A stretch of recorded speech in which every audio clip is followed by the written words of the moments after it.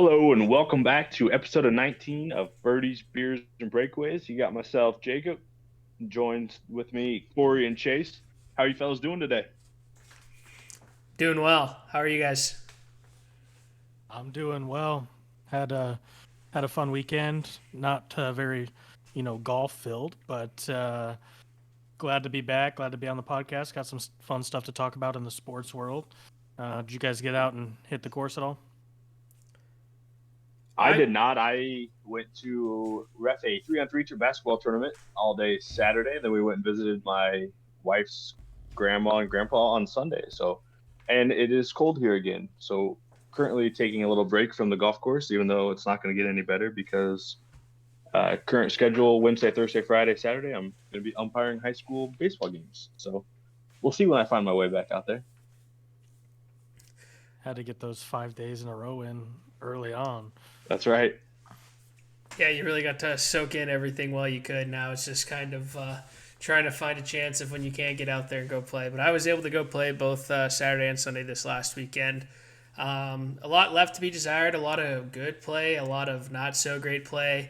Definitely had some holes where I made some questionable numbers. Then I had strings of holes where I looked like scratch golfer. But it was windy as shit both days. I think one of the days, one of my more likable par threes. It's like 170 something uphill. It was dead into the wind, and I hit a three hybrid low cut that was maybe 15 feet off the ground, and it almost hit the pin. It was like to 15 feet or whatever, but that was probably my favorite shot of the weekend. But it was really fucking windy, and my short game sucked. So got some work to be done, but it was nice to be out there. Did you at least enjoy some good brews while you're on the course or anything? I had a couple with my brother on Sunday. It's always nice to have some beers with him. Don't always get the chance to play with him every weekend. It's normally just my dad and I. But no, it was nice to have a couple frosty ones on the course. There you go. But it's And you're switching courses, right? yeah. The course I've been playing at mostly of last year and a little bit into now. They're moving to 100% public and they're not accepting memberships anymore. And it's just a whole long, drawn out fiasco. Paused my membership for a few months because of traveling through the holidays. And they're like, we're not going to resume it again. Then it's like, oh, we're not doing memberships anymore unless you were grandfathered in. So been looking for a couple new courses. And I think the one I sent to you guys that looking to jump to, going to go play that on Sunday and see how it goes. Nice.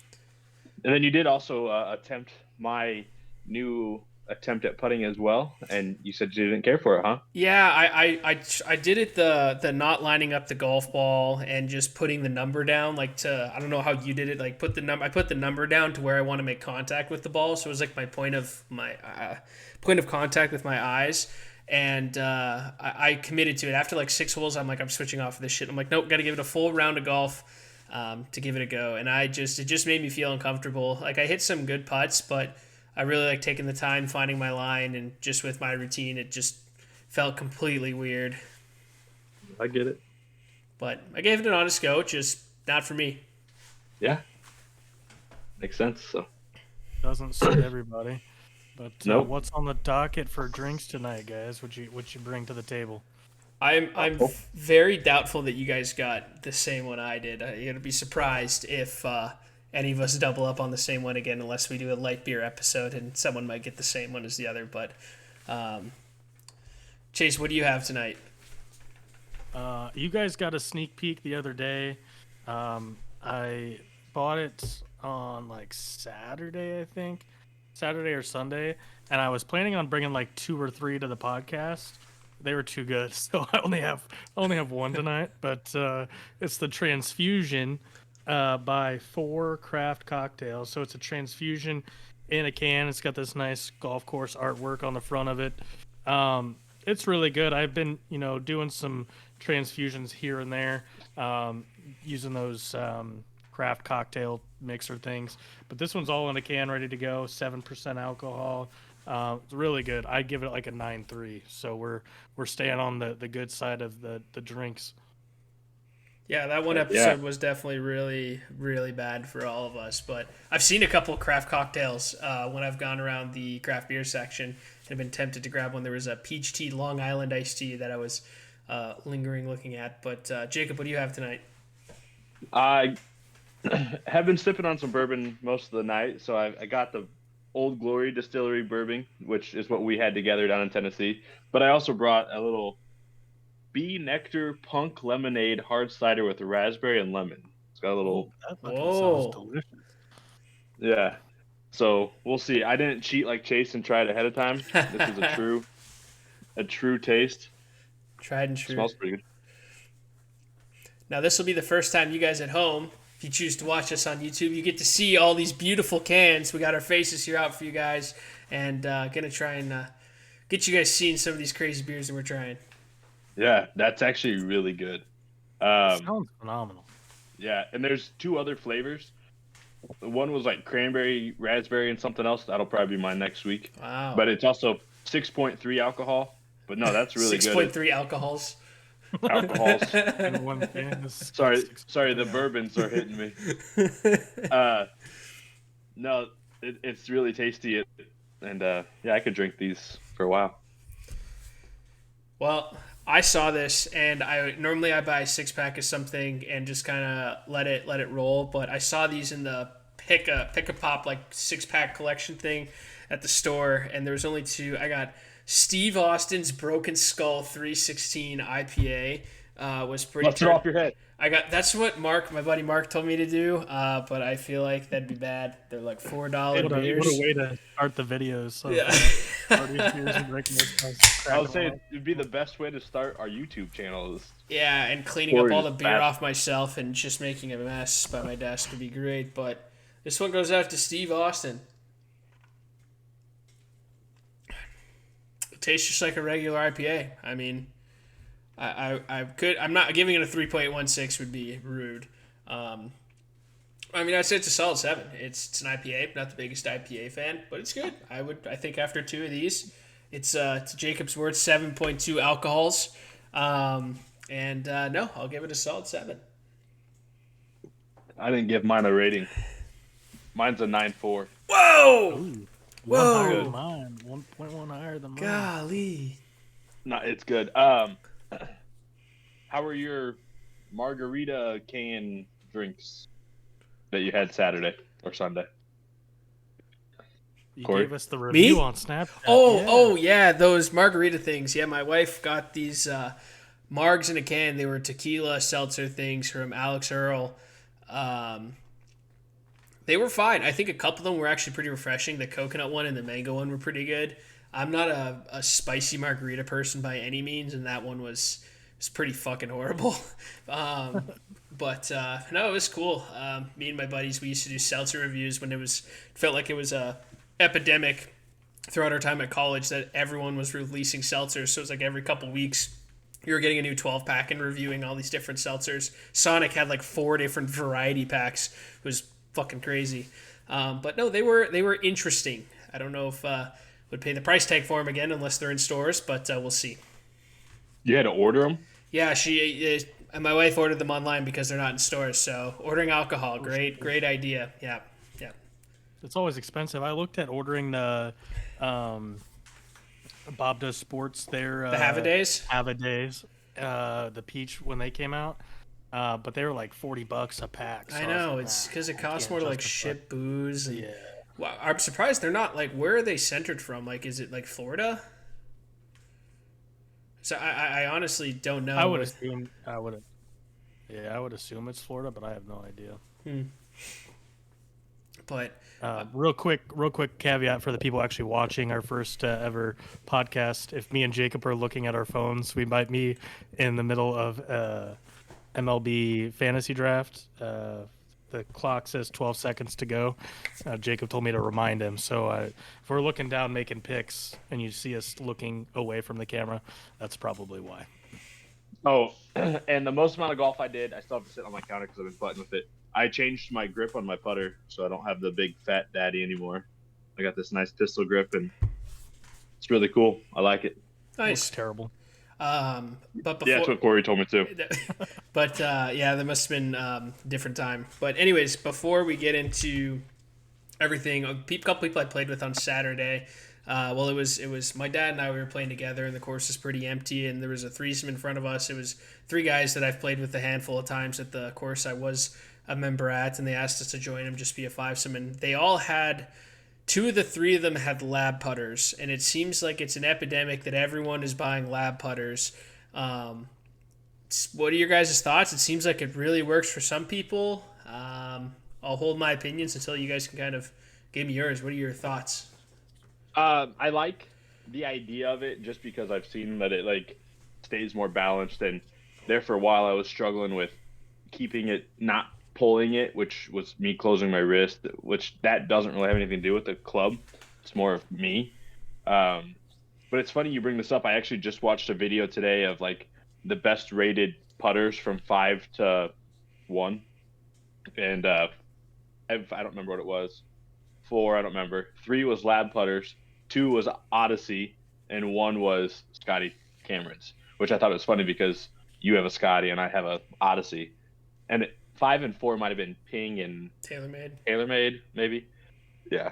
So, but I don't know. If I was given one, I'd probably play it. But I don't really want to drop $400 on a putter. Yeah, they're fucking expensive. Yeah. Yeah, I saw that. I see a lot of people rocking it. I was watching a video of Grant Horvat. He's got it along with the chest, broomstick putter thing going on. Yeah. So no, it looks like they're a really good company. They put out some good stuff. I was skeptical at first, just like all the other new brands that kind of come onto the market, but they seem like they're the real deal. So. So I'm a guy in my I wouldn't spend $400 on it. So yeah, a guy in my office has one that he bought from Second Swing, maybe. Oh no, I think Lab Putter has like a outlet store online too that someone had already bought it and made it to their specs, and then they didn't like it or whatever and sent it back or whatever it was. But he bought one that was to his specs that was in the outlet store. And he really liked it. Like he had me putt with it, and it's super upright. It doesn't have like quite an angle to it. It was super up and down, which I think is just his specs. Like not all of them are like that, but it hit well and it felt smooth. But most of these newer putters do feel pretty smooth. It feels like you're not even really hitting it. It's so bouncy. Yeah, it looks like it has a lot of weight to it, and that center shafted putter with coming straight off feels like it just makes it impossible for you to take your mallet putter offline. So I guess there is a method to the madness. I just think they look fucking ridiculous personally. I think if I wanted a mallet putter, it'd be like a Scotty or an Odyssey. But I've been a blade putter player for a long time, and don't know if I'll be changing anytime soon because I like the 2-putter setup I have. I played with my Ping a couple times, and after Saturday, I threw it back in the closet and pulled the Scotty back out and putted pretty well on Sunday. So, but my short game was shit. But I just wanted to get your guys' thoughts on that before we jump into the pros. Yeah. Are we jumping into the Valspar? Are we jumping into the breaking news, the latest results of the TGL? I think we get into TGL. Did you guys watch yesterday, today? Did you catch any of it? I watched like 3 holes yesterday because I'll repeat it. I've said it many times. I always forget it's on. And then I go scrambling to find it and catch a little bit of it. So I watched like 3 holes yesterday. It was a tight race when I was watching. And then I watched like the last hole. I watched the highlight, like the crazy highlight down the stretch. And then I watched the last hole. So I didn't catch a ton. Yeah, I mean, it was bangers back-to-back nights. It's funny you're wearing your blue sweater. My other buddy, sorry, he's a massive Blues guy, and he's the same way. He keeps forgetting that it's on, so the entire playoffs, I'm texting my group chat with him and Crandall, like, hey, TGL's on in 35 minutes or 45 minutes, because he's like, I always forget that it's on halfway through when it's going. So it's just, I thought it was definitely a step up from what TGL was during the regular season. I thought the intensity was way higher. I mean, Billy Horschel was built for TGL. For real. Did you watch the entirety of today's match? No, I watched I was scrolling through Twitter. I saw like the putt that he drained, and then I turned it on and realized it was like the last hole. It was over. So, yeah. So I didn't catch anything leading up to that, which is a shame. because it looked like it was a really close match and it looked like a ton of fun to watch. But no, I just caught the tail end of it. It seemed like New York was in control. They were up 3-0 going into singles. There was a bit of a controversy when they tossed a hammer when JT was putting, saying that it was before he addressed the ball. JT was saying it was when he addressed the ball. When I was watching with some of my buddies, we were saying that we think they're just doing it as an ice kind of tactic. It's like they know the hammer's not going to count, but all the lights are going to go off and the announcer guy's going to scream, "Hammer thrown!" And we thought it was them icing him, but it ended up counting, and they ended up getting the 2 points because of it. So it ended up working in their favor. But yeah, it was really exciting. And then the last hole, it looked like it was doomed. Cantlay hit it in the rough, and then he hit it greenside, and so did Cam Young. Missed the green from the fairway, and then Cantlay stuck it to like a foot with his shot and forced Cam Young to try and chip it in. It was just unsuccessful. So it was close. The Cantlay shot I thought was going to go in for a second, and then the other chip looked real good too. Yeah. I thought both had a chance. So yeah. But what are your guys' Jacob? I know you weren't a big watcher, but if you were to rate it out of 10, what are your thoughts on this year's this first inaugural TGL season? I'd give it a 7, 6 or 7, only because of the way it started. Yeah. But they definitely made improvements as the season went on. I give you guys a 4 though, because you only talked about Billy Ho. You didn't talk about Patrick Cantlay draining a putt, the first match to win it, just because you guys hate him. Anyways, but no, I'd give it a 7, and I think that they've done a lot of improvements to get better, and that just makes me even more excited for next season, because if they've made improvements through the season, then they're really going to make improvements going into next season. So I think it got better. I agree. I think the biggest improvement they can make is weeding out the less exciting players and putting in some guys that are going to really be catered towards that environment. So I think it was a solid 7.5, 8 too. I think it brought a lot of good to the table. I thought the crowd was super into it this during the playoffs. They had a lot of celebrities on, which is always cool to see them. Like Matt Ryan was on the broadcast or whatever, and rooting for Atlanta. So it's just cool. It's cool. I really enjoy it. It's just a fresh new thing to the game of golf that brings something different. That's not terrible live golf. Yeah, I think pre-hammer rule adjustment it might have been like a 4 or 5, just because I love watching more golf. I think that seeing the 12-1 blowouts and the hammer never being thrown and guys just holding on to it because they don't need to throw it was really, really boring. And then once they made that change, I thought the game got a lot better. It was a lot closer. I wish there was a little more games, but I understand depending on when they start the season, they're not going to run it through the major season through some of these big tournaments, and I'm assuming probably won't see it again until about this time next year, kind of when it started again, maybe earlier now that they have it kind of figured out. But no, I think pre-hammer was like a 4, post-hammer change into the later half of the season. I give it like an 8.5, 9. I was a big fan, but I think what could move it to that solid 9 or 10 is getting rid of some of those players that are kind of just boring to watch. I mean, I think Kiz deserves to be behind the desk. Put him and Smiley back there just like on NBC. Find a way to get them in there. The guy who was on the field and the guy behind the desk, they were funny the guy on the field was funny at times, but just put Smiley and Kiz in there and I think it'll be better. Yeah. And there's definitely players out there that have I just don't know game. if they can, right? Because they're Obligated. NBC. Are they tied to NBC? I don't know, because I mean this is still technically partially owned by the PGA Tour, so I wonder if there's some way to get them involved. Mm-hmm. It needs to happen, in my opinion. They need to get a little better voices behind the mic, but there's definitely players out there too that need to get a little better interaction from. So that's not Patrick Cantlay, but congrats to Atlanta. Who was the fourth member of Atlanta? Lucas Glover. Oh, it was Lucas Glover. Was Matty Fitz on New York then? Yep. Ah, okay. Yep.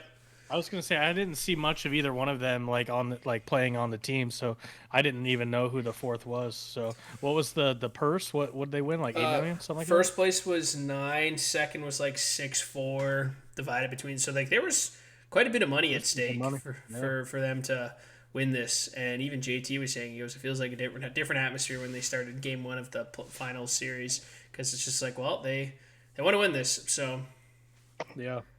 as Jacob pulls out all 4 beers. Hell yeah. He's feeling good today. He's got the bourbon behind him. He's got, right next to him on the other side. He's got the beer. I went to I had a beer at dinner tonight. I went to the golf course that you guys played at when you were here with the 2 different pins. Yeah. You play the same holes but 2 different pins. They opened up a new restaurant over there. And it was really good, but it's right there on the golf course, kind of sitting over it. Because they had to rebuild it, right? It had like fire damage when we were there. It lost the roof to like a crazy windstorm. Oh, okay. So they just rebuilt it into a nice restaurant, and we went and tried it today and had a little Michelob Ultra at dinner, and Mickey. So, but yeah, Jacob's kind of got some treats there. Nice. That's what happens on draft day, baby. Well, that was planned today. Well, let's get into the Valspar, shall we? Let's do it. I mean, it just seemed like another murderous weekend on the PGA Tour. I felt bad. I didn't watch a lot of golf because I was pretty hooked into March Madness. Yeah, I think we all were. It's kind of bad that the Valspar kind of runs on those dates of like the round of 64 and round of 32, because there was a lot of good golf out there. Yeah, I'm trying to. I'm gonna draft Bryce Harper. I'm drafting Bryce Harper here with my pick. You bastard! Did I get you? Sorry. Yeah. The weekend was good, and it was tough out there. It looked like guys weren't scoring that much, and going that low. And we saw a ton of frustration, some funny moments on the course from some of the top guys on the PGA Tour.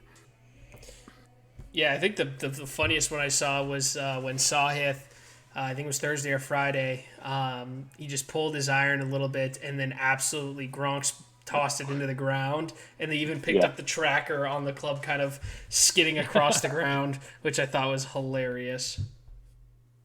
Yeah, it was. So there was 3 different events that happened this week that were kind of like the Thigala club throw. I think that was a 10 out of 10 club throw.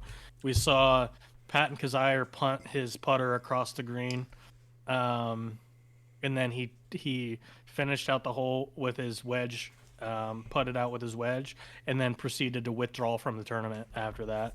So I don't know if he was if there was a medical reason or if he was just pissed and wanted to get out of there, but he withdrew for the tournament after his punt across the green that ended up in a bent club. And then was it Hadwin? Yeah, the same guy that got tackled at the RBC when Canadian Nick Open. Taylor Yeah. won. Yep. He gets pissed, and he had to have seen that was a sprinkler head and just smacked it, and it busts open and starts spraying everywhere. He's standing right in the middle of it. And then he tries to push it back down, like, I don't think you're fixing it, buddy. I was seeing golf Twitter kind of explode. Some people thought it was funny. Other people he should have to pay for the repairs because that's industrial level golf course water filtration systems that he just busted open. That probably cost about $3,000. And to him, it's probably nothing, but he should have to pay for it. I thought my favorite thing out of all the rage was the putter punt. That was 10 out of 10. I even saw Pat McAfee, I think, make a comment about it. That thing had some serious fucking hang time. You could give me probably 25 attempts, and I don't know if I'm kicking my putter that high. That was pretty nuts. Yeah, he launched that thing. So, 3 notable moments of rage caught on camera from the PGA Tour guys that usually keep it pretty level-headed. Obviously, there's some emotion out there, but you got to realize the course was tough this weekend if you've got 3 different moments of pure frustration out there. Yeah, but it seemed like with this kind of event, after we finished the players and kind of the API, and we're at the tail end of the Florida swing, we really don't see that many big players kind of stick around for the Valspar. But the The big one that was another question mark again was Justin Thomas. And what did he make the cut on the number again? Like you have to grind to get onto the weekend again. Yeah, he shot a 65, I believe, to make the cut after being well over par. I think Thursday. his 65. No, I think his 65 was on Saturday. Him and Spieth kind of kept it like they were scrambling, but they kept it like even par each day, and then 1 under. I think was it 1 under was the cut line or something? Oh, okay. So +2 was the cut line. +2, so it was lower than I thought. I Oh, think yeah. he went 1 under to make the cut line, and he even made a comment. Somebody bogeyed to make the cut from 1 to 2, and Justin Thomas was like, "I am out here grinding. I need to make the cut," and then he went on his run. So Did you see the story, Jacob? No. Okay, so it was funny. The person who actually made the bogey and that it relied on was Neil Shipley. yeah. And so what was funny was it's like Michael Kim and there was 12 other guys that because he made the bogey, they all made it into the weekend. And it's like, well, they were interviewing him. It's like, well, you just made 12 more friends on the PGA Tour. And he kind of made the comment. He goes, I hope everyone knows where my locker is. Everyone knows I love Waffle House. You could just slide a gift card in there and we'll all be good and say thank you for making the weekend. And That's funny. Neil is he still an amateur, or he was an amateur last year? He or the was year lowest before, right? AM at the, I think he's the still Masters. technically an At AM. the I don't Masters. think he earned his tour card because I know Clanton did. Yeah. Yeah, I That's think an unfortunate story, though. what? Oh, because the Masters. Yeah. But we can get into that. One thing that was cool about the Valspar, so he played 72 holes at the Valspar, and then there was the Valspar Collegiate event the Monday and Tuesday following the Valspar. So he played, 108 holes, I think it's what they said, worth of golf, and I mean not including practice rounds, 108 holes of tournament golf in 6 days because they played a Holy shit. 36-hole event at the exact same course he just played 4 rounds at. So this kid is grinding. Yeah. But no, it is weird. I mean, so what's the deal with him in the Masters? I read something today. So, like, they take the top few amateurs, and he's technically like still the number 1 world amateur because he's played in amateur events this year. But because he's gotten his tour card, he's now like the number 93rd pro in the world, and hasn't won or gotten into the right like number to be invited to the Masters. So he still hasn't gotten a Masters invite. So I thought for sure he'd be playing at the Houston Open to try to get into the Masters, like win that. But I didn't see him in the field unless I looked over him. But No, so there's still the Valero, but there's also talks. The Masters still technically have 2 more amateur exemption invites to give, but they can give him that invitation space as a PGA Tour pro. So it's seeming like it's a high possibility that he's going to get a exemption invite, which he should. I mean, he's had top 10s, top 15s in signature events. He's definitely came on to the tour firing, so it'd be odd for him to not be there. But for the guys that were there who were also there at the Valspar, felt like was JT's tournament to win until he didn't. Yeah, I mean, down the stretch, it looked like he had a 3-shot lead going into 14. Yeah, was it? I think it was 14. I was rewatching it yesterday. And he had some super errant drives going down the stretch where he scrambled to make par. Or he made a bogey down the stretch, and then Hovland was playing steady and birdied to kind of keep it a 2-shot swing and keep it close. And Victor just clutched up at the end. I felt like Justin had some chances to either extend his lead or keep him 1 shot ahead, and it just it didn't happen that way. But it did feel like he kind of lost the grip on it there on the back 9. Yeah, what was crazy of what came from the clips of Hovland, especially during the week and then after his win, was the things he says. He goes, if you have problems, it's golf. There's going to be problems. And he's like, on Friday, he made a comment. He goes, I don't know where my golf ball is going. And then Sunday, he wins the tournament. It's just crazy how ridiculous this game is that we go grind and play and practice all the time. Well, two of us do. Yeah, two of us do. Two of us do. Not me. But I think I was just saying, isn't Hovland the one we've been talking about just struggling out the ass lately and his hasn't been able to? Last four He's missed tournaments, a cut, right? miscut, victory.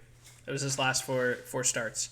Yeah, and that's who we were talking about. Like, someone was saying he got to the tournament and just didn't even seem like he knew where it was. Yeah. And then he comes back 2 weeks later and wins. And I mean, he didn't go crazy low, but nobody did. Like, so. I hope this like Florida swing is kind of like is a preface to what we're going to see for a lot of tour events of like lower scoring victors. Is no one really, I don't care to see minus 22 winning a tournament or minus 20. I like when it's minus 10 to 12 to 15 on the high end. I like when guys are having to grind for pars. Personally, it just makes it as a viewer more enjoyable to watch and kind of puts in perspective how good these guys are. And I think, did you guys see the clip of Billy Horschel hitting a 125-yard left-handed shot? Yeah, I did see that with his club backwards, and he hit it perfect. Yeah, he hit it absolutely perfect, and it sparked a lot of debate on Twitter. I think it was Kyle Porter said that even a scratch golfer with like unlimited resources and all the time will never be as good as these guys. And I think there's two sides to that coin, and I think, Jacob, I'm curious to hear your input about this. Is a scratch golfer on who plays on everyday weekend isn't really someone who's shooting in the 60s every weekend. That'd be a plus handicap. Right.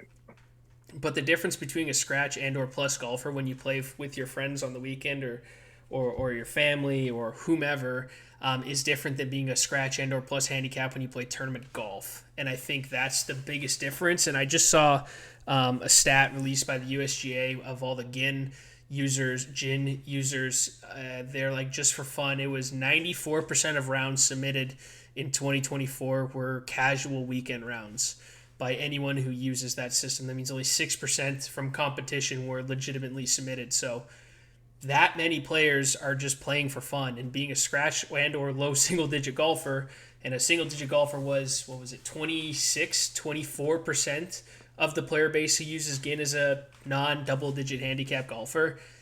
It's completely different than tournament golf. I mean, you know that. I know that. I agree 100%. Like, I mean, we talked about last year, just the club championship. That means absolutely fucking nothing. And I still shit my pants. Like, I can go out tomorrow and shoot a, 74 to 78 and be happy with it. And I go play in the club championship and I shoot an 85. Not because it meant anything, but because I put more pressure on myself. And, I was out there trying not to mess up rather than just playing fucking golf. And I feel like a lot of guys that compete do that. So now I'm curious on your guys' thoughts on, they said like an age range, like someone probably in their mid to late 30s really doesn't have that good of a shot if they had all the resources. Someone probably mid to late 20s, they had unlimited resources and they were coming in as a mid to low single digit or scratch, and if they had coaches, if they had all this kind of stuff. I think the difference that they said was if a player could break through would be their mental game, if they can handle playing tournaments, and then their ball speed. They said if they had those two of similar pro caliber, they think they could be trained up to possibly playing in the Korn Ferry. But, I mean, what are your guys' thoughts? Do you think it's just impossible? It's going to take the right... I think it's going to take the right, I think it's possible, just a small number. Yeah, for sure. I think it's possible if, you or I, hit the lottery and we don't have to worry about working for a couple years, and we can just make that our full-time job is going and grinding and working on the small things and getting better. Then sure, we could possibly get there, maybe, but no. And I'm not saying you or I, I'm saying like the amateur golfer. But that's the only way. So those guys don't work. That's their job. They do it every day, all day, every day, and that's all they know. They go home and they have a putting green in their backyard and they continue to putt after they've worked all day.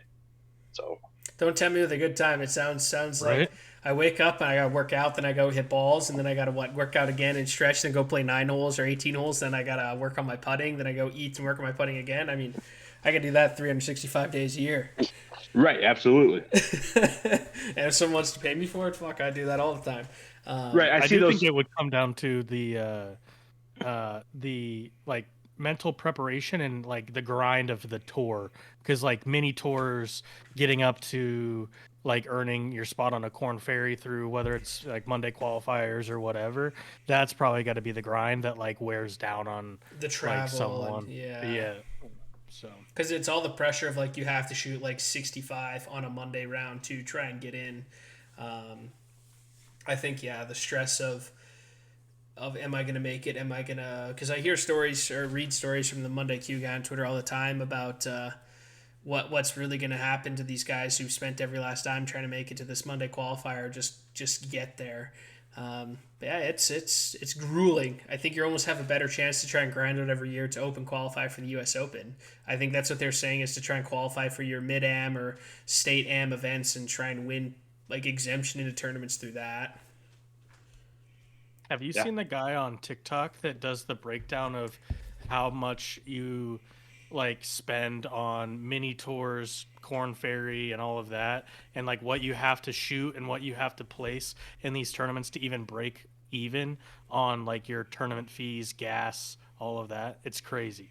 You have to be like T4 shooting like 66 every day to make your money back in these like mini tour events. It's crazy. Yeah, mini tours are ridiculous. It's those are just crazy with what like the minimal amount of money you get and the time you're spending. That's why a lot of those guys I hear are like assistant pros at golf courses so they can play for free. Yeah. But It's a grind out there for those guys that are trying to make a name for themselves. But one thing I wanted to mention is Kevin Kistner made the cut at the Valspar. I don't know the last time he made a cut, but he officially made the cut and then proceeded to shit the bed on the weekend. But, it's all right. He made it to the weekend. He did Blades make it. Brown did not, though. He had a rough Thursday. The young kid shot a 78 on Thursday, rebounded with a 71, but obviously that was 5 shots off the cut line. So just thought that was a little interesting tidbit of the Valspar. Speaking of other young kids, Miles Russell, the other young phenom, won this massive AM US Junior tournament by I think it was like 6 strokes over the weekend. He shot -9. Charlie Woods played in that event. I think he finished like +6. They were talking a lot of shit on Twitter because all the Charlie Woods haters out there were like, why are we talking about this guy when Miles Russell just beat his ass by like 13 strokes? So, obviously there was a lot of rumbling about the Woods family with Tiger releasing that photo of him and was it a Trump? Vanessa Trump, lady? that's Don Trump Jr.'s ex-wife. Yeah. Oof. So she's not actually a Trump. She married into a Trump, but there was Trump that also competed in that junior golf tournament as well. Kai or whatever. Kai, she finished dead last. She was like 55 over. 55 over. It's just like, why? That's like She has the money. the municipal resources. level high school of like level. It's like, just don't embarrass yourself. But yeah, there was that. But speaking out, funny you guys brought up Tiger. Do you think it's over? Probably. Did we talk about this last week? Did we? I thought he released it. When did he release the Achilles thing? He released it that morning that we had the podcast last week.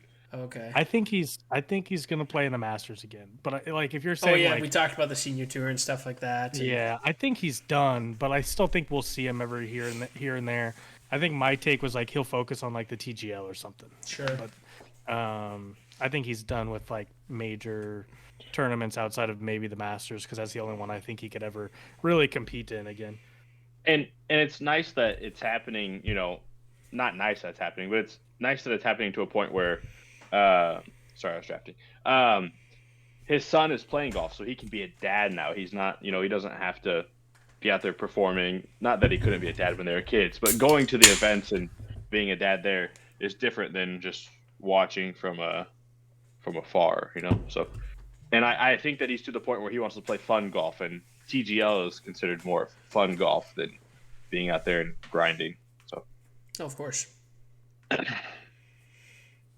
But Victor Hovland picked up the win. It's funny to see him back on top. It's crazy, like with him and all these missed cuts, is he won the Tour Championship 2 years ago by like 80 bajillion strokes, changes his entire staff, coaches, swing coaches, everything, shits the bed. It's like, you know what? Fuck it. I'm going back to my old coaches. And it's like, look, now he's playing better. It's like, why even switch when you're... That's like, I don't understand why players over the years have chased bags or made changes when they're on top. I never understood it. yeah. Right. I mean, it was, if you go further back, when Rory was winning all of his first initial majors, he was playing with Titleist. Then Nike offered him probably a blank paycheck. He switches to Nike, plays Nike clubs, and he never won a major playing with Nike clubs. Or maybe he won one, but I don't think he really won much playing with Nike clubs. Who played with Mike? Rory did. Tiger? Rory switched from Titleist. Oh, Rory. Did he ever play with the Sasquatch? No, God, no. They played with the Nike Vapors, I think was the first ones I saw them play with. Yeah, there's no... Callaway had a square driver as well, the Callaway IQ. It was like black and orange. It was a square-looking thing, too. It almost looked like a pod racer from Star Wars with these little knobs sticking out the back. It was the goofiest-looking thing in the world. The Sasquatch, like just looking at a picture, I can hear the noise. It sounds like a composite bat. Oh, so bad. It's horrible. It's really fucking bad. The only reason I knew that Rory played Nike was the last EA Sports golf game back in like 2013 when Rory was on the cover instead of Tiger. He was gaming the Nike clubs in that. Yeah, that was like the end of it, and then he made the switch to TaylorMade. I feel like a lot of guys end up leaving Titleist because, I mean, Max Homa left Titleist to go to Cobra, probably chasing a bag because Ricky's at the sunset of his career, and now he stinks. But it's like Titleist just doesn't offer a lot of money, and it seems like guys win with Titleist. I like to look at Titleist clubs. And I think winning more tournaments instead of getting paid a fat paycheck. I think the only people I would jump to would be like TaylorMade or Callaway. Yeah. Yeah, switching to like Cobra, I think, just doesn't bode well for your career, it seems like. So, hopefully Max Homa, finally. I was looking at the Cobra 3 Woods. I was looking at them, and I think Saturday... as we're getting into the Houston Open, Saturday I'm either going to spend going to PGA Superstore / Dick's, as I have to go get my Max Fly golf balls. I don't want to buy Pro V1Xs anymore. I don't want to spend $60 on a dozen golf balls.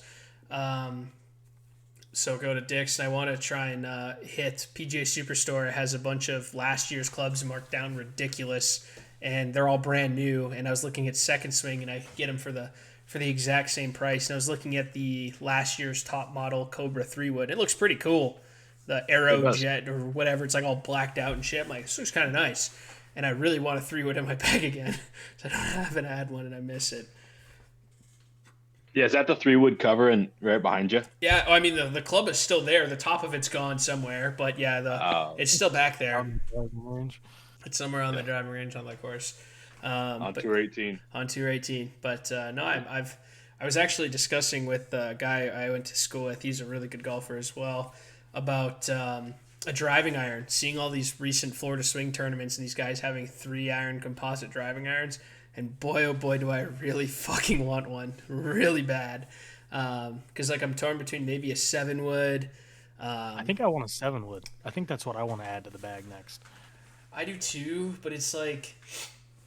I thought about I could go 3 wood. A 7 would be like the same degree as a 3-iron, but you meant to hit it high, and I already hit a really high golf ball, so I think maybe having like a driving iron to hit one lower, because I think I don't need a driver unless I'm playing over 7,000 yards. I think it would to play smart. I don't think it would do me that good. Um, but I don't know. I'm speaking on my ass like I can hit everything perfectly controlled. I just really want a fucking driving iron. I think they're sweet. When you hit a driver well, you hit it well. Like, Yeah, I know. It goes a I'm, long I'm, way. I'm not trying to glaze you right now or anything, Yeah. but like if you get a hold of a driver and you hit it, and most of the time you hit it pretty straight, you could bite the drive. Yeah, I hit this was hole 12. I mean, granted we were playing in a goddamn wind turbine and it was probably like a 12, 15 mile an hour wind downwind. It was like a 380 yard par 4. I had hit like a mid-height bullet draw, maybe a few yards, and I was hole high right. It took a massive bounce. I mean, it was concrete out there, massive bounce forward, and I hit a flop shot type thing to like 15 feet and rolled in a birdie. It was funny. I think my second round I shot like 86. I had 3 birdies. It was so bad. Like I had some holes where I just couldn't chip. I was booting it around the green. It was releasing. The pins were in shit spots, but I just sucked. That's all it was. It was either really good or really bad. But off of that tangent, it's either Saturday I go and look to get a 3-wood. I need new golf shoes, or PGA Tour's coming to Houston, and I kind of want to go on Saturday. Kind of thinking of going. Have you ever been there? Once, not at this course. When it was at the Golf Club of Houston, I went once when I was in high school with my dad and people from his work. They had like a booth or whatever, and it was cool. It was the first tour event I ever went to. It's like either you walk around and follow groups, or you sit and watch the same shot. I think for the fact now that I'm more of a golf nut, maybe I would appreciate it more, wanting to be there all day. But it's like, if I'm going, I'm more than likely just going by myself because I'd feel bad dragging my wife there. It's just a lot of walking and standing, and you're on your feet all day. So, and I found someone on Facebook who's selling general admission tickets for $25. So I might try and snag one, but I also at the same time want to make a trip out to PGA Superstore. I really need new shoes. They're 2.5 years old. I re-spiked them, and 3 of the spikes just ripped out, and I can't replace them now. So It's on your radar. What's your go-to shoe that you're gonna get? G4 looks nice. Some of the other ones look good, but I've worn FootJoy for so fucking long, it's pretty hard to step away from FootJoy. E4. Have you seen the $200 price tag on those? $200 fucking golf shoes right there. Yeah, I mean, you can get the lower end FootJoys for like 110, but the nicer FootJoys are 200. I've worn FootJoy forever. It No. feels like. No, the G4. Yeah, no, G4 is like 220 or whatever. I feel I'd like stick with FootJoys. all golf, like if you want the top level golf shoes, like Under Armour makes a $200 level shoe. That's true. Adidas has one. New Balance has But- one. Not to be that guy, but what do you need it for if you ride in a cart all the time? Well- Those 200 level ones are for people walking. They like have massaging your feet and stuff like that. Yeah, I mean, no, you're right. I think I want to. I'll probably get the exact same ones I have now, just the newer ones. And they're the $120 ones. But I want to get another pair of soft spikes. I have a pair of black soft spike Nike Air Max 90s and a pair of Jordan soft spikes, but none of them are really walkable. I want to get like a soft spike walking shoe to have, because during the summer, like that's when you can wear the soft spikes. You're not really worried about having a slip or anything. 'Cause it's so fucking dry. Right. I think I'm gonna get new golf shoes too. My Puma ones are a little uncomfortable anymore. I think I'm gonna switch. I almost always get a new pair every year. You're kind of a shoe fan. You like new shoes though. I love Yeah. new shoes. I just wear out my golf stuff. Like I take care of it and I wear it as long as I can. Exhibit A, my golf clubs. My irons are from 2011. My 3 hybrids from 2010. So I'm very eager to replace a lot of these things. But let's move into the Houston Open, shall we? Or do you want to do picks first from last week? Oh, okay, sure. That go over the Switch it up a Valspar little and stuff. So last week's picks were high seed to win in the first round for March Madness. Winner of the Valspar, lowest round on Sunday, and then most goals by a player this week. The highest seed to win was 12. Winner of the Valspar was Victor Hovland. Lowest round was 66 on Sunday. And most goals by a player this week was 5. Corey walked away with 2 points because he picked the lowest round on the nose at 66 on Sunday. So he got 2 points. Highest seed to win first round was 12. I picked 11. The other 2 picked 14, so I was the closest. I won 1 point there. And most goals by a player this week was 5. I picked 5 on the nose, so I got 2 points as well. And then Chase got 1 point because he picked Billy Ho to win it all. And he got, I think he tied T3 or T5 or something like that. Yeah. He was closest to winning it. So points before this week, I had 4, Chase had 4, Corey had 2. After this week, I now have 7, Chase has 5, and Corey has 4. So I want to kind of get your guys' thoughts on the whole. I've been seeing stuff on Twitter about March Madness really isn't that maddening this year because there wasn't any 14, 15 seeds, 13 seeds upsetting.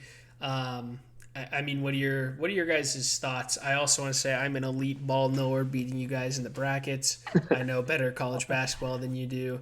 I will say it's always the nobodies that have the best picks. Dude, I was 28 for 32 in the first round. Come on, fucking give me crazy. that. Because, basketball is one of those sports that literally, like, anything can happen. One guy can go off, and that changes the game.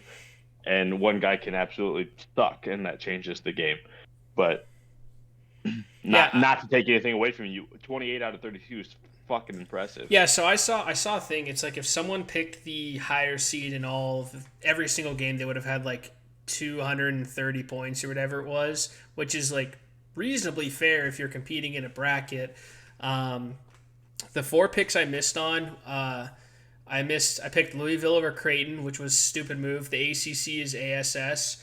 I picked GCU because of their women's coach, but who's now an Arizona Sun Devil. So that was zero basketball knowledge on that pick. What was the other ones I lost with? Was it New Mexico or something? No, I had New Mexico winning. Oh, no, it wasn't. I had C State making it to Sweet 16, and they fucking. I'm curious. I want to pick your guys' brain on that about the travel call, travel non-call, I should say. I've been seeing that everywhere about how on Wisconsin. He no, the Colorado State Maryland game. Maryland, he took 3 steps. That's what I heard. I mean, referee Jacob, what's the breakdown here? Game time, I'm not calling it when you break it down and slow it down, but in real time, I'm not catching that. Fair enough. It looks like gather this. Step? No, the gather step's illegal in high school basketball and college, but it looks like he is taking that last step as he picks up the ball, almost like. But when they slow it down and in slow mo, totally different. Mind you, none of us have that in real life. Our eyes don't slow everything down. Right. I'm not calling it mid game either, and I didn't. I was watching the game, and I would not have had a travel call on it. But when you slow it down and watch it, it's a travel. Yeah, I guess we can say that sitting from our chairs at home, but but it's just one of those Cinderella stories you kind of wish would pull off. The coach said it best, like they didn't call it a travel. It's not a travel. Like it is what it is. Yep. I mean, yeah. So I put double faith in the Mormon State.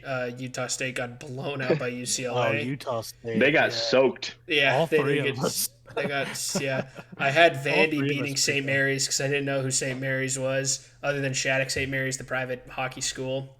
Vandy only lost by 3. Then it was Creighton, Louisville, and then the GCU Maryland beat the fucking brakes off GCU 81-49. But my round of 32 wasn't looking too great. Did you have Drake winning it? Because that was just a minor win. MVC win. I had them winning the first round. I also had them beating. I had them winning the second round. Yeah. I get it now. Yeah. Yeah. Fuck. I had them beating Texas Tech too, but they didn't. The McNeese. What are your guys' thoughts on this McNeese the Aura story? I don't know. I saw that he signed he's making over 6 figures now. He signed 18 NIL deals. the dude carrying the beatbox? Yeah. Did he The really? manager. I didn't see that. No, I saw he's transferring to like Arizona State University or something. North Carolina said he's Carolina. following the coach. With the coach. Yeah. Oh, he's going with the coach. He's like a okay. package deal. if I go, he's coming with me. That's No, what it seems like. Yeah, I don't know. It seemed interesting. Anything from you There's guys, my March Pete Madness? Crow Armstrong pick. Did you get him? You did. March Madness, it hasn't been as mad as it usually is. Like you said, there was only like 12-5 is like a normal upset. It seems like every year a 12 upsets a 5 seed. So I was kind of surprised there wasn't any 13 seeds or 14 seeds to pull off a big upset. But there's still been some really good games. As an Illini fan, it was a little disappointing. But Was it really though? No, I would. It was expected, but it's still disappointing. Like it's an expectation with that team. I agree. They came out super flat against Kentucky, but battled back in the second half. I still don't know how KJ is a top 5 prospect in the NBA. The more I watch him, the more I don't understand. Yes, he is flashy at times. He makes good passes, whatever, but he turns the ball over like fucking crazy. He drives me nuts. Will Riley's a better prospect. I will die on the cross with that statement. I know it's not a super hot take, but KJ's not that impressive to me. Terrence No, I Shannon agree. Jr. was way better of a prospect than KJ is. And yes, TSJ had some legal troubles, but he was drafted like 28th or 30th. So Was that's he in the first round? I thought it fell to the second round. like one of the last picks of the first round. Okay. But no, I agree. And a guy in my office and I were talking about this today. I was like, he's not that good. And they kept glazing him on the broadcast in that first round game. Oh my God, he made that hook pass with his left hand. Like, that's exactly what the NBA is looking for. Because a dude can pass with his left hand? Like, no. He's not in my eyes, and I'm not sitting in a booth drafting NBA players, or else I wouldn't be on this podcast today. I maybe as a guest, I don't know. But he's not a top 5 prospect. He's not going in the lottery. I think he comes back to Illinois next year. I think most of that team hopefully does, especially Will Riley. I mean, he's still only, 18, 19 years old? Yeah, he's super young. But there's already 700 portal transfers already. Already by the Sweet 16, and last year it was like 300, and the year before that was like 160 when the transfer portals first opened. So like there's a record amount. Kerry Booth from Illinois, he already transferred because he got no minutes. I didn't even know the name. Yeah, he was like one of the top guys to come in as a transfer, and then ended up not playing. So yeah, it'll be interesting to see who he brings in. I think he needs to bring in older guys to have some experience. But so this is kind of a hot take. Everybody hates the transfer portal. I think it's kind of cool. So it's making these higher teams like Illinois, Duke, you don't see them signing or bringing in, freshmen straight out of high school anymore. Like you see them bringing in sophomores, juniors, seniors that have gotten college minutes. So that gives the smaller schools that aren't getting the transfers the opportunity to bring in those freshmen. So it's making those smaller schools better at the same time as making these bigger schools almost better, but in a different way. So I kind of like it because, you see a Drake who's got all this D2 talent and comes and plays well, makes it just as far as Illinois does in the NCAA tournament. And they're all D2 younger kids that aren't quite to the caliber or to the age as, a lot of the other kids. I mean, Cooper Flagg's an exception because, he did come in as a freshman straight out of high school. But what do you think on that, Jace? Can I go first? Yeah, go for it. I think it's becoming a business. I think it's becoming a semi-pro league. No, you're I not think wrong. it really became evident in college football that it's about the money. And yes, I think the bigger schools, regardless of the program, they are being like the landing spot for the veteran players to load up and make a push for a national title. And that's what teams do in the professional level. And I think that's where these sports are now becoming. The NCAA says school first, sports second. It's pretty hard to buy that now. I think the only, it's better to say the only sports that kind of are susceptible to this NIL stuff is the college basketball and college football. Like the Frozen Four playoffs for hockey are starting this upcoming weekend. All the teams just played their divisional tournaments. They don't have a lot of issues with NIL, if any. Track and field, wrestling, like a lot of the other, I guess you could say, as a big hockey guy, like non-mainstream college sports, golf, another one too. As big as they might be in the world stage, they're not mainstream college sports. I would say it's basketball and football. And third would probably be baseball, depending on where you live in the country. But majority would say baseball. I'd say there'd be probably 6 states that would say hockey. But I think it's becoming, it makes sense, but I think it should just be considered semi-professional sports at this point. No, I agree 100%. Like, these guys are getting paid almost more than what they do as their rookie deals. A lot of them are getting paid more in college than they are as a rookie. I mean, look at Caitlin Clark. I understand it's the WNBA, and the WNBA has been known to not pay their players near enough. That's a discussion for a different day. But she goes from Iowa making millions of dollars to a $70,000 salary. Well, I would say she's a phenomenon. I would say she's of the X caliber of a lot of people between different leagues. I think it's just like who's some like the Travis Hunter and Sanders guys from Colorado and their NIL deals. Yeah, they'll probably sign pro contracts, but it's probably not as much as they were making in college. I'd say that'd be a pretty closer comparison. Or Cam Ward when he was in Florida. No. Well, if they're a first overall pick, they're making a shit ton of money. It's like when you get down to the second round, third round guys that were still like top level caliber NIL talent, like that's where they probably aren't making as much on their rookie contract. But I agree, like it's crazy that these guys are making millions of dollars in college, and it is becoming a business. But back to like the basketball, I think it is hopefully making it a little bit more competitive. You still see like Cooper Flagg, right? He's a freshman. He got, Duke. He went straight to Duke. So I still, there are those top guys that pick top teams. But I think it is leveling out the playing field, because even if you're like this Kerry Booth kid from Illinois, for example, right? He's probably going to transfer to a little bit smaller school, so he gets minutes, playing time, depending on how much they pay him, right? Because that's a factor in NIL. But like some of the smaller schools might be able to put out some money for like one top guy that like transferred from Duke because he's not getting as much playing time, and once the right, and then you got like a Will Riley who comes from Canada as the number one player, where Cooper Flagg's probably the number one player in America before he goes to Duke. And then Will Riley was the number one in Canada. So seeing them, but all right, I don't know. It's different. To the Houston Open? Sure. I think so. I think we go all back. Right, to the Houston Open. This is, Houston I think, the fifth year that the Memorial Park Golf Course has hosted the Children's Open.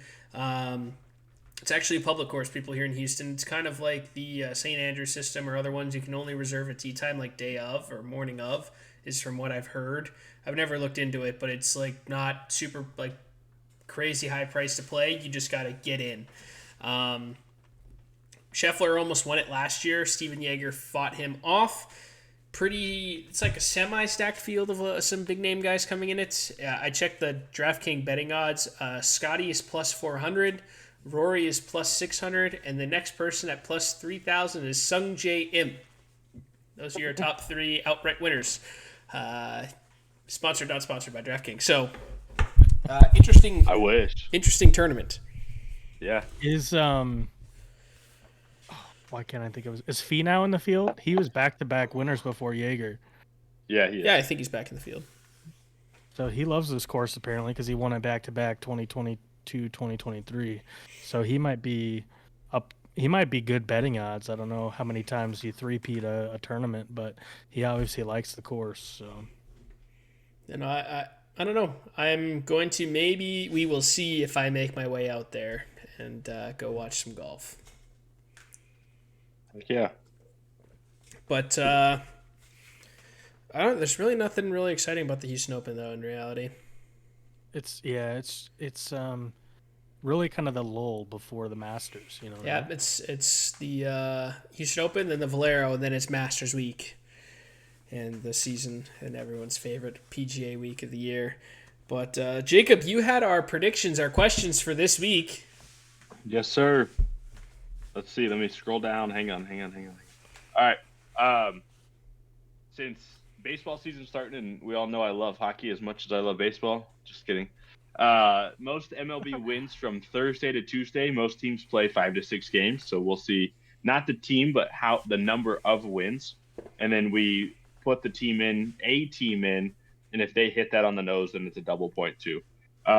Winner of the Houston Open, obviously whoever, if we don't hit on the head, whoever the closest is, who will be in the final 4. So it's an opportunity for 4 points. If you hit all 4, we agreed on 6 points. And then most home runs hit by a single player. Again, that's a number, and then you guess a player, and that's an opportunity for double points. So, Corey, you want to lead us off with what you got? Yeah, sure. I'm gonna stay in the Lone Star State. I think I didn't check any schedules. Who's playing who? I think the Texas Rangers can get 5 wins. I think they were pretty good last year. This will be my first, I would say, full year of being a more inclusive baseball fan. I'm going to go with one of my favorite guys from Twitter, Michael Kim. I think he will win and or be near the top of the leaderboard. My final 4, I'm doubling down on what one of my brackets is, except I have to make a switch out because St. John's lost. Stupid St. John's defense. But I have Florida, Ole Miss, Alabama, and Kentucky. I think only one seed will make it there. The tough one will be Ole Miss beating Auburn in the Elite Eight when they both get there. And I think the most home runs will be 3 by Aaron Judge. It's either him or Shohei. So it's pick the guy from New York. Who's Shohei? All right, Chase. I only know his assistant that likes to spend his money. So I went with 5 MLB wins and the Twins to do it because they opened their season against the Cardinals, and then they get to play the lovely Chicago White Sox. So I think they have a good chance to, secure 5 wins. Winner of the Houston Open, I've got Jake Knapp. Don't know why, just chose him. He could go on a heater here, and I love his swing. Final 4, I did pick 3 1 seeds. I don't know how likely that is, but I've got Auburn, Duke, and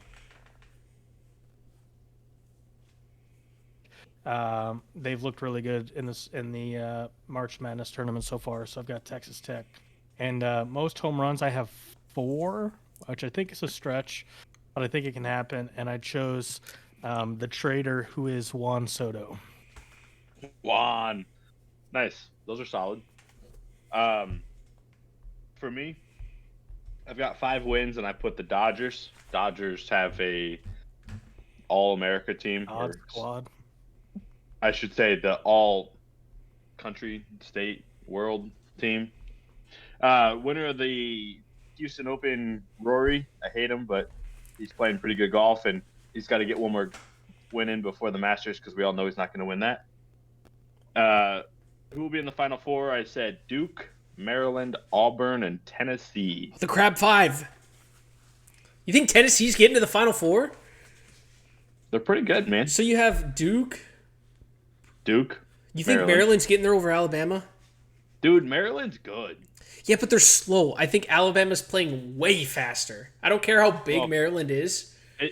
It only benefits them if they can play their game. If Maryland can slow it down and play their game, because Illinois plays fast, and they have dominated Illinois.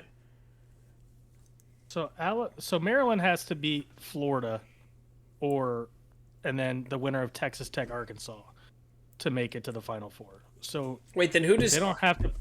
Duke plays Arizona, which I think Duke wins that game, but I think Alabama could lose to BYU because BYU plays fast and they shoot the fucking ball like no other. So I think the Mormons out. I think the only Utah. reason that Alabama might not The make Mormons are soaking wet. the only way Alabama might not get there is because they're still battling injuries. A couple of their top players have been like not 100% from what I've been Don't glaze Alabama. reading of.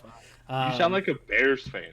I sound like the Bears. We got 4 linemen. We're back. We're back. And Caleb fucking Williams. Caleb How's he fuck- pop up in the goddamn podcast every week?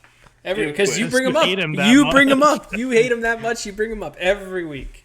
Most home runs hit by a single player. I got 4, and it's my boy, #1 podcaster in the world, Ian Hatt. So I really He's just gonna need start someone to out beat 3 or less, Wednesday. and I win. Yeah. Somebody could have like 3 in a game though, on, like opening day. Just fucking 3 in a rake it game from one It could person. happen. You It's happening. could. I'm just saying. I think 4 could be a long shot, but you picked the better number because if it's 3 or under, which I don't, it's got to be 2 or 3. Like if nobody, it's not going to be 1. Obviously, there's going to be guys that have multi home runs. So we'll see. Heck, it could be 0. No, I'm just kidding. No, It's not. it's going to be at least 2. At least 2. Yeah. But no, it should be interesting. Yeah, good I picks. saw the Good Cubs picks. were the betting favorites to win their division. Did you see that? Who? The Cubs, they're the favorite. To win their division. in the division. Wow, that's crazy. I don't think it's gonna What happen. happened? What happened to the like? What did the Cubs do? I mean, Kyle So they- Tucker? They got Kyle Tucker, and then they got quite a few pitching. Not prospects, but Imanaga. well, he's been on the team. But I know. Ryan Presley as their closer, and then there's a few others, and Gage Workman they signed. I don't know. We'll see. PCA is going to be our starting shortstop, Yep. or not My favorite shortstop, center fielder. So I think that is there anything My else boy. anything else you guys want to talk about? Baseball opening day, NCAA, golf. No? Get a Can I- little bit of No, I hockey don't think talk? so. A little bit of hockey talk? Can I lead off hockey? Yeah, Can I go. lead off hockey real quick? Fire away. Yeah, go for it. All right. I need you to pray for me. All right. So Dear God. Yeah, dear God, let Chase win money. So I let me open up my sportsbook app here. I've been on a heater. I've been My on a sp- heater lately. My sports book. Don't want to give away our. So since where am I at?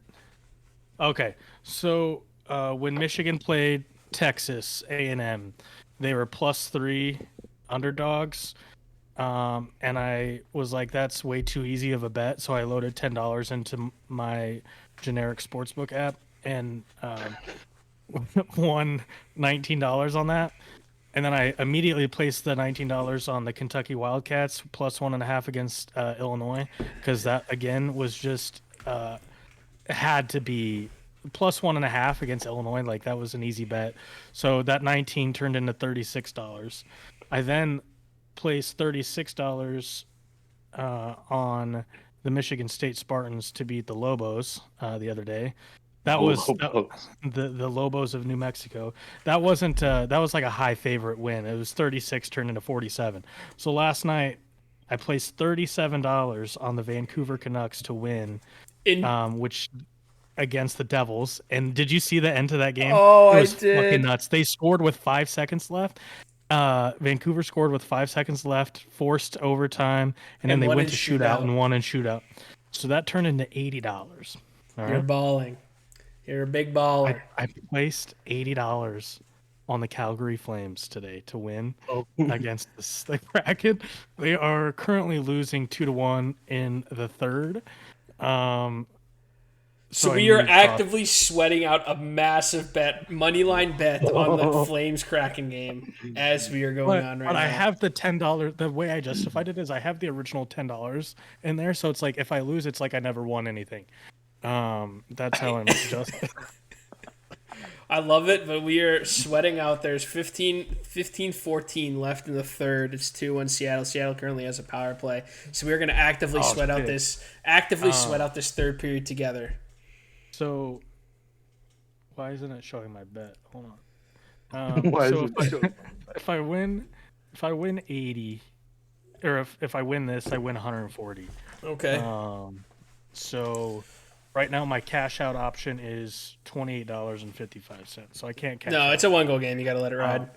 I'm gonna Why let it would you ride. bet against your boy Jaden Schwartz? He's the one that scored. You gotta let it ride. I saw that actually. I saw that. I was like, God damn it. So The reason I picked Calgary is because they're in the playoff race with the Blues, and it's like a must-win game for them because the Blues just won 6-1 against the Canadians tonight, which is the second hottest team since. which is good for my the Wings, but Four my Wings are Nations? playing Colorado, Oof. and we're down 3-1. So yeah, that's what I wanted to give you my last 4 days of sports. Wow. bets and So we're tell you that everyone sweating involved. out We are this. sweating out the Flames Kraken game actively. But there was Bro, something your from wings are way out of. Yeah, they kind of contention. suck. we're 3 points out of a playoff spot. It looks That's like they're way way out. out because they're like. It looks like they're way out because they're way there, down, 'cause but there's 6 other teams in that. yeah, fight. between us and Montreal is 3 points, and there's 5 teams there. Yeah. So Well, you want to talk about way out? They eliminated Chicago Blackhawks. yeah, the Hawks and the Sharks are officially eliminated from the playoffs, and the Capitals and the Jets secured their playoff spot. But yeah, no, it's crazy. Your Blues, they were 12-0-2 or 12-2 since Four Nations. I don't know what Monty's done with them, but they're on an absolute wagon now, back in a wild card spot. I think Very the West reminiscent is. of 2019. Yeah, but you guys, I think the best case would be you guys getting in that spot and playing the Jets, because everyone thinks the Jets are possibly still frauds and you could upset them. I think the Jets are a wagon. I think the Stanley Cup champ is going to come out of the West. I think there's 4 or 5 teams from the Western Conference that can win the Stanley Cup. I'm praying my Wings get in on the East. I don't think they'll get in on the East. But yeah, last 10, 12 games of the season, it's do or die for a lot of these guys. And it sucks being a Wings fan. But there was something else you wanted to talk about hockey-wise. Yeah. You just brought up some. That's in the Blues play. It's a Bennington Hellebuck rematch from the Four Nations, so that'd be kind of fun to watch. But they'd be switching spots, Canadian and U.S. So the Blues played the Predators the other day, and they're going to play like 3 games in the matter of like 9 days. So when you have that many games in that span, they kind of piss each other off, and they're a little bit more heavy hitting. It's a little bit tighter forechecking. Late in the game, open ice pass right at the center ice, and he narrowly dodges a hit from a Predators player, and it looks like it was close to knee to knee. And all the Blues players immediately turn around and go after the guy, I can't think of his name right now, that tried to hit Robert Thomas. And Zach Bolduc, who's a rookie, cross-checked him a couple times, put him to the ground. And I wanted to send you guys the video and kind of get your thoughts on that whole scrum. Do you think it was worth the cross-check? And then after you say that, I want to do a breakdown on the penalties to see if it makes sense. So I didn't see a breakdown of all the penalties. I thought the cross-check was pretty pathetic. I think the hit clearly missed. And the guy fell and was down, and he cross-checked him pretty hard towards the head. In the back. It was right in the pants. It was in the pants, sure. Well, it was his player wasn't down. The Blues guy wasn't seriously down and holding his leg or anything. If he knee-on-kneed him and Thomas's was clearly in pain, sure, I get it. But he was fine, and he kind of was still okay. And then he really went at him. I think it's a stupid play. Okay. I wanted to get your take on it because you're the hockey player. You've played the game. I understand like So- adrenaline can be going and you want to do anything you can to make the other guy hurt more. I think that's always been kind of the mindset. It's like if someone does something, I want to do something to make them hurt more. But I think it was just a really stupid play. I think if anything, just get him up and fight him. Yeah, I was watching it again right before we got on, and I was like, Corey, I don't understand what the fuck's going on here.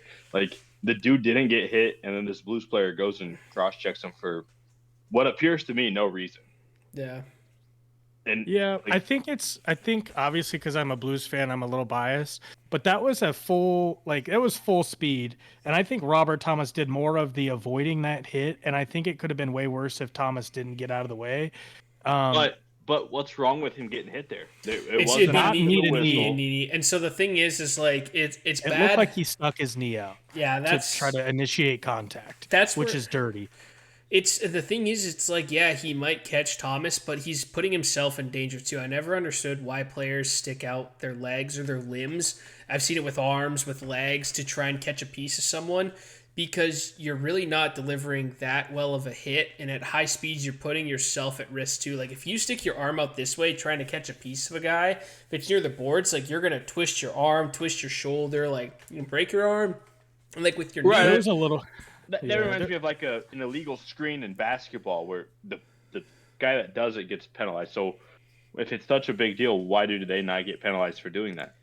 it's a gray area when it comes to hockey. So if the Nashville Predator guy clipped and caught Thomas with sticking his leg out, a knee on knee penalty, I'm pretty sure can be called upwards of a 5-minute major, Maybe, yeah. which would be like considered of the level of intent to injure, and he'd be 5 in a game. He could be spending 5 minutes in the box. He could be 5 minutes kicked out of the game and be up for review. It all depends on the situation. It becomes one of those gray area things, but I thought the cross check was a bit of an overreact. I think because Thomas was okay, just grapple with the guy and try and fight him. That's probably where I would have gone with it. But I would have gone Okay. anywhere with that. I wasn't a I'm fighter. watching it. I'm watching it right now, and it looks like he's turning away from it. It doesn't look like he's sticking his knee into it. His ass goes out further than his knee. Yeah, I think it was like I don't know. I think it was trying to initiate a huge open ice hit, and I think Robert Thomas, avoided it. What I thought But was as he was crazy. avoiding it, I feel like he turns away instead of. Yeah. I mean, I don't know. No, I wanted to get your take on it because there's controversy on Twitter about it during the broadcast. So after that, obviously they broke up the scrum, and then the refs went to the monitor to look at the play to see if there was a major penalty on the board. The Blues broadcast was initially thinking they were reviewing the major penalty on the Nashville player with attempting the knee on knee. He got a tripping penalty. The sound from that fucking bottle was hilarious in the mic. The Predators got a 2-minute penalty for tripping, and then Bolduc got the 5-minute major and got tossed out of the game for the cross check. So I just thought it was kind of an interesting sequence. There was a little bit of history earlier in the game. The Forsberg on the Predators got boarded a little bit. He got up and the whistle blew, and he took a full on run at Broberg, I think it was, or Holloway. So it was a feisty game. There was a couple fights. One of our guys, Tyler Tucker, broke one of the noses of one of the Predators in their fight. He got up bloody. But I just thought it was an interesting little scrum thing there. So I just wanted to see what you guys thought of the play. Yeah. No, that was cool. I don't really have much more for hockey other than I hope my Wings figure it the fuck out and sneak their way into the playoffs. Chase? Go Flames. Yeah, we're sweating this out. But Jacob, I think you had the hot take for us this week. I did. So it was just something I thought of on the fly. I know mine and Corey's opinion is going to be different, maybe because I'm a dad. I don't know where Chase is going to go. Best overall sport shoe brand. So if you're looking at, I guess, basketball, baseball, football, golf, running. Fake. What do you think makes the best shoe in those 5 categories? Across Only the board. one brand. I Yes. feel like there's really only one answer that is acceptable for everything that you just listed. I think there's only one answer that's like semi-acceptable. But if you could take a better shoe out of one category and it could overweigh something, because I feel like what I have in mind isn't very strong in basketball, but it's strong in the other 4 categories. Was it New Balance? It sure is.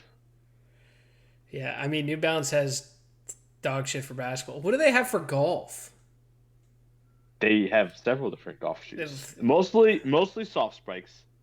But my favorite pair of running/walking shoes I got in golf shoes this year, and I've worn them 3 of my 4 rounds, and I absolutely love them. So what's your answer, Corey? You said there's only Well, one. I feel like it's acceptable answer. Nike. I mean, basketball shoes, track and field, football. I mean, But soccer I feel like cleats, golf shoes. Nike running shoes aren't that good.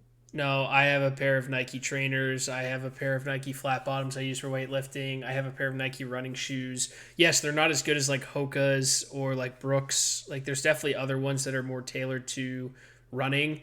Now that I've been running more over the last few months, there's definitely better options, I would say. But if you had to pick one, like even with basketball, I don't even really. I don't have I Nike bought a basketball pair shoes. of Adidas basketball shoes, and I bought Dame 3s. They were the most uncomfortable fucking things in the world. I was gonna say Adidas. Yeah, I Really? have a pair of Dame 3 was gonna basketball say shoes. They Adidas. were so fucking uncomfortable. They hurt my feet. For trainers, golf, and maybe basketball is their weakest category. But football and baseball, they're really. I'm pretty sure. Is Adidas not in the baseball game? They are, but I think New Balance is the #1 baseball cleat. I know Under Armour's big in football, though. Not in professional football. Not in professional. I think But I've think seen it's Under Armour Nike cleats and before. I Adidas. used to wear this isn't too far back in the day. This is maybe 3-4 years ago when I played tournament paintball. I mean, the cleats I had were, my first pair was Under Armour and my second pair was Adidas, and I wore football cleats to play paintball. So Gotcha. Yeah, I was gonna just say Adidas because I think they're really strong across the board.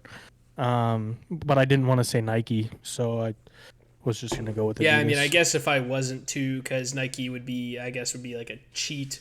I think I'd go, for my personal preference, I'd probably say Under Armour over Adidas. I just like Under Armour a little bit more, I think. But Yeah. that's just preference if I couldn't pick Nike. I don't know. I would say New Balance just because my favorite pair of running, walking shoes are New Balance. Like, if I were to go buy a pair of cleats right now, it would be New Balance. Golf shoes, I just bought New Balance. Football cleats, I have no idea. Do they? They don't wear metal cleats, right? They wear rubber Oh cleats. so they god, can no one really wears wear- metal cleats. It's just no. Anywhere where your hand, like, they don't wear. Baseball Yeah. was the last people to allow metal cleats. football guys would get destroyed. Yeah, by- are you kidding me? I mean, like, baseball was the last one, I think, where they like pros probably still wear metal cleats. Like I wear a pair of. They're actually golf shoes, but they're like soft spikes for football and baseball umpiring, and they're New Balance, and I love them. Yeah, some people. When I played paintball on turf fields, they would wear soft spike. Golf shoes. Paintball companies made soft spike running shoes. They were just fucking soft spike golf shoe patterns. Yeah. So I told them about that, and they just bought those instead. But yeah, I could see it. Like, if you're not needing to like dig in and run on the diamond, like, you don't need cleats. Right. Then it's more All right, comfortable on so- your foot too. Since we all went a different route, another one that I know both of Calgary you guys- just scored. Calgary It's just scored 2-2. 2-2. We're sweating it, folks. We're sweating it. Another thing you guys won't agree with me on is ketchup is the absolute worst condiment there is. And soy sauce is the most underrated condiment. It's so I get the ketchup hate I didn't realize the ketchup hate until I, kind of married into this family a little bit, and then I realized nobody in this family likes ketchup. But so I can understand it. The soy sauce thing, I love soy sauce, but it's like, it's what's the word? It's one dimensional. It's not versatile. It only works on some foods. Well, my thing is, it works on more than some. It works on chicken, obviously like sushi. It works on um, rice. It works on seafood, salmon. It works on if you like vegetables. It works You know what? on. I'll say my underrated one is Worcestershire sauce. I fucking love Worcestershire sauce. Wash your sister I sauce. use You can I put it use on like tomatoes and stuff like that. Makes a good BLT. And then also with like steaks and shit, marinades. So I Worcestershire sauce. I marinate with Worcestershire sauce on Yeah, I guess it's not a chicken, condiment, but steak. Yeah. So you said the most overrated one is ketchup. Yeah. Yeah, no, I'd agree. I'm the biggest ketchup non-believer in forever. There's only like I don't know. I don't know that you're the biggest. Have you met me? he well, gags at this shit. Oh well, no, okay, I'm That's- not the biggest then. The smell of ketchup makes me want to throw up. Oh no, there's only like a couple things I'll actually put it on, but I'm not like I think it's pretty overrated. Nothing. I Doesn't go on think anything. I think an underrated condiment. This is more so like specifically speaking to fries. Another like salty snacks is white vinegar. I think it's so good. No. It's I don't know about white vinegar. it's something that or okay. This is even more Malt? Canadian. Malt vinegar. Gravy with fries. It's just Well, you're going a fucking Canadian, This you is poutine brown lover. gravy with French fries. Oh, chef's kiss, so good. It just it elevates fries to a whole nother level. Way better. It's way better. Date? Do you take her to? When you take your wife on a date, do you take her to Dairy Queen so that way you guys can get French fries with gravy? And they don't offer that down here, I don't think. Really? All the Dairy Queens by us offer gravy when you. Oh no, I I've never think- been to a DQ that does that. Oh, we Sawmill gravy? What? we were at Casey's and a guy named Gary came in and I said hi to him and we were talking. He's the baseball coach and the golf coach for the high school. I said, it's Gary. She said, Dairy like Dairy Queen? I was like, no, Gabby. Gary with a G. Gary. Jeez. Yeah. You guys got any plans for the weekend? Any golf? Anything like that? I mean, like I said earlier, I think Saturday is going to be a trip to the golf store. Up on a couple things, but Sunday I'm going to try out the possible new home course. So that's about it for me. Hopefully it's not blowing it 20-mile-an-hour winds on Sunday. That's all I ask for. What you guys?